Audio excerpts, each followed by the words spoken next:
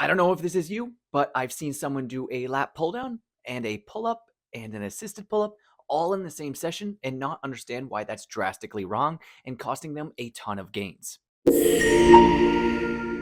Hey, welcome back to the channel. Thanks for coming back. If you missed the last video, we talked about overrated gym tips. Today, we're going to be talking about redundancy. If you're new here, be sure to like and subscribe to the video and comment what you'd like me to cover, and I'll make sure to get to it. Anyways, let's get into exercise redundancy. To clear up what I believe is exercise redundancy is doing the same muscle function or exercise over and over and over again. So basically what that would be is in the first example, a lat pull down and a pull up are exactly the same with the function of the lats. It's working it in the exact same way in the frontal plane and its adduction. That is what it is. And that's just a single example of what I see as exercise redundancy. And it's so easy for beginners to fall into this because they don't understand what the functions of the muscles are and how certain exercises can differ from another. And also, it's just overwhelming to be in the gym for one. So if they can get their hands on a machine and they want to try it out, they're going to do it. So I definitely see it as a normal thing for beginners to do. And they definitely see growth because they can handle a little bit more volume. But when we get more advanced, we don't want to be redundant in our training because we want to be the most productive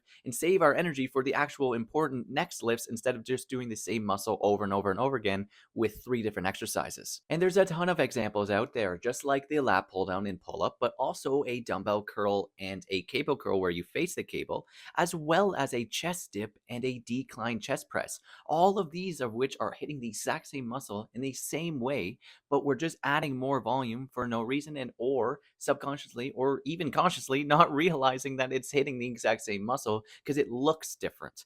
But we don't want to fall into this trap because it's just adding more volume and could possibly be ruining our gains because we're just not going to be able to recover from these tons of exercises that happen.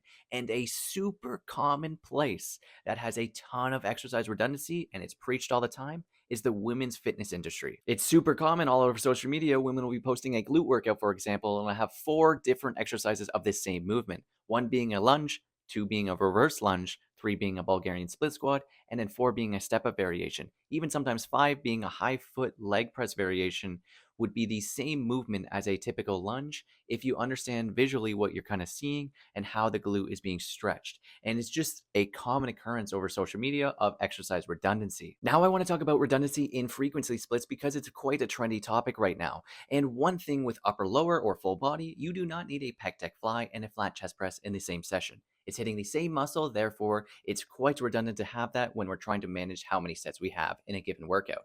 They obviously are both great exercises, but we don't need 4 sets for the chest in an upper day or a full body day, especially when we're trying to value how many sets we have in a workout. Another awesome example for this type of redundancy would be a frontal plane shoulder press and a lateral raise. We wouldn't necessarily want these two paired together because it's a lot of side delt stimulus. We know that the side delts get great stimulus from a frontal plane shoulder press taken through full range of motion. It isn't as good as a lateral raise, but when we are getting great stimulus either way, there's no reason of doing the 2 movements in the same workout. And this is when you can kind of split them in 2 and have 2 different upper body days. Upper A would look like a frontal plane shoulder press. There's the front delt stimulus and that side delt stimulus in one exercise. Upper B would look like, though, lateral raises, but then for that front delt stimulus, you might get a little bit from an incline chest press, and then you're good to go. So you wouldn't have to worry about it that much. So it's all about just valuing your amount of sets and avoiding redundancy for frequency splits. And that's why I'm talking about it, because it's such a common split that a lot of people are doing nowadays